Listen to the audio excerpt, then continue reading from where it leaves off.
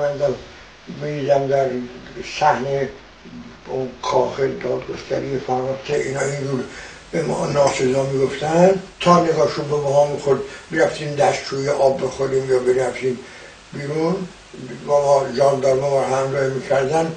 ناسزاترین زشتترین وقیحانه‌ترین ناسزاها رو به ما میگفتن. موضوع مریم رجوی و مسعود رجوی به خاطر تظاهرات کریم بر علیهش ما داریم اعتراض میکنیم، دارن حمله کردن، دارن ما رو میزنن، چون که ما داریم واقعیت اینجا افشا میکنیم. ما داریم جنایت هایی که مریم رجوی مسعود رجوی و مردم ایران کرده داریم افشا میکنیم. موضوعاشون الان اومدن اینجا دارن این کارا رو انجام میدن. اینا هر کاری میکنن ما باشون درگیر نمیشیم. همونطور که میگه بسیار انداخته ما باشون درگیر نمیشیم.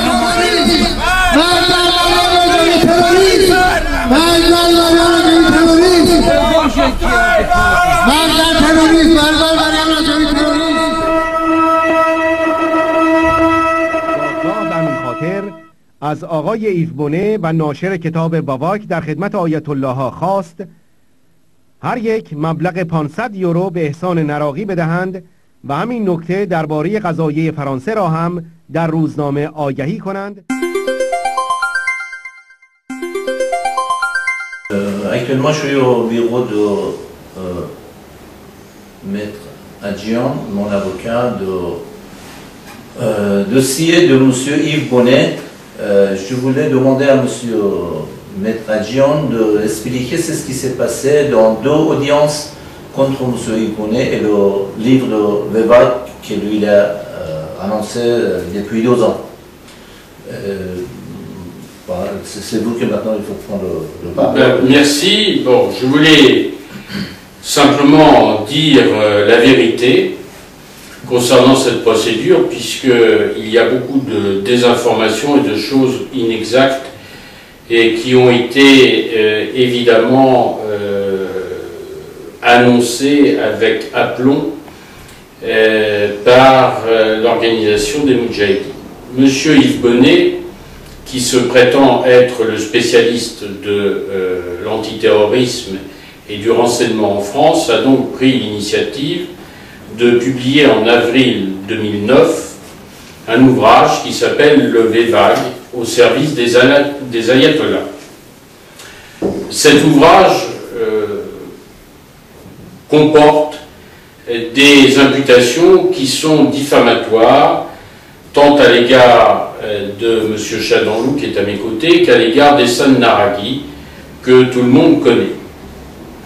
C'est dans ces conditions que la loi française impose d'engager des procédures en diffamation dans un délai extrêmement bref, et nous avons donc engagé des procédures en diffamation devant la 17e chambre du tribunal correctionnel de Paris dans un délai prévu par la loi, c'est-à-dire un délai de 3 mois. À l'issue d'une audience qui s'est tenue en décembre 2009, le tribunal correctionnel de Paris a rendu une décision en février 2010 qui a condamné M. Yves Bonnet pour diffamation. Ce jugement, évidemment, a été prononcé publiquement et n'importe quelle personne de bonne foi connaît la réalité de ce jugement et connaît son contenu. Monsieur Yves Bonnet, visiblement non satisfait de cette décision, a décidé de faire appel de ce jugement, ce qui est son droit le plus strict. Et nous nous sommes donc retrouvés devant la Cour d'appel de Paris, où malheureusement Ehsan Naraghi n'a pas pu être présent compte tenu des difficultés de santé qu'il rencontre actuellement et qui l'ont immobilisé à Téhéran. Bien entendu, M. Yves Bonnet et l'organisation des Moudjahidines ont profité de cette occasion pour faire venir à cette audience une quantité de témoins qui ont relaté leurs conditions de détention à la prison des Vignes, en ayant évidemment la certitude qu'ils ne pourraient pas être démentis par M. Naraghi, puisqu'il n'était pas là.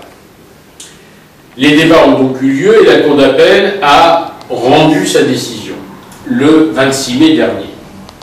Au terme de cette décision, M. Bonnet a été à nouveau condamné pour diffamation. Et notamment, il a été condamné concernant un passage dans lequel il estimait que M. Ehsan Naraghi avait manipulé la justice française et la DST en faisant venir des prétendus témoins qui étaient en réalité des agents déguisés du VEVAC. Ce passage a été jugé diffamatoire par la justice française et donc M. Yves Bonnet a été condamné de ce chef. Il s'agit donc d'une décision extrêmement forte à l'égard de M. Yves Bonnet, qui se prétend, je le répète, le spécialiste incontestable de ces questions. C'est une décision aussi très courageuse de la justice française compte tenu de l'environnement médiatique et de l'environnement physique qui ont entouré toutes ces audiences. Et je me rappelle notamment que lors des audiences du tribunal correctionnel à Paris, le palais de justice avait été envahi par une centaine de militants des Moudjahidines qui ont exercé durant ces 2 jours de débat une pression physique extrêmement dense, ce qui n'a, semble-t-il, pas dérangé M. Yves Bonnet ni mes excellents confrères. Donc la situation est très claire aujourd'hui.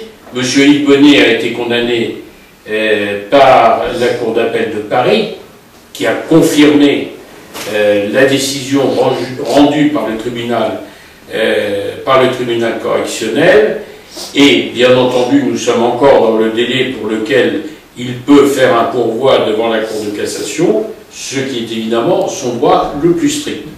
J'ajoute enfin que la Cour d'appel de Paris a ordonné la publication d'un communiqué dans la presse française, et là également l'opinion publique française se rendra compte de la réalité de cette décision, puisqu'il semblerait que beaucoup de choses inexactes ont été dites sur cette décision judiciaire, et cela depuis le début, puisque depuis le début nous avons, semble-t-il, perdu. Malheureusement, ou heureusement surtout pour nous, mais malheureusement pour cette organisation terroriste, la réalité est rigoureusement l'inverse. Voilà ce que je voulais vous dire. J'ai une question aussi. Bon, le livre, c'est M. Yves Bonnet qui l'a annoncé ou il a publié.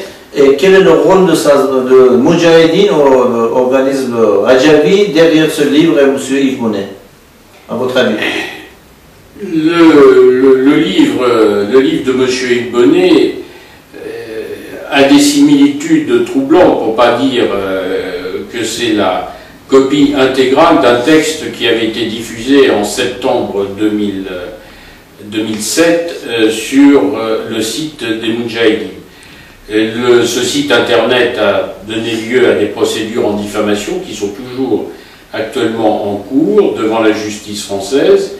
Et il est incontestable que si M. Yves Bonnet a signé cet ouvrage, il n'en demeure pas moins que l'on connaît parfaitement les auteurs réels de cet ouvrage.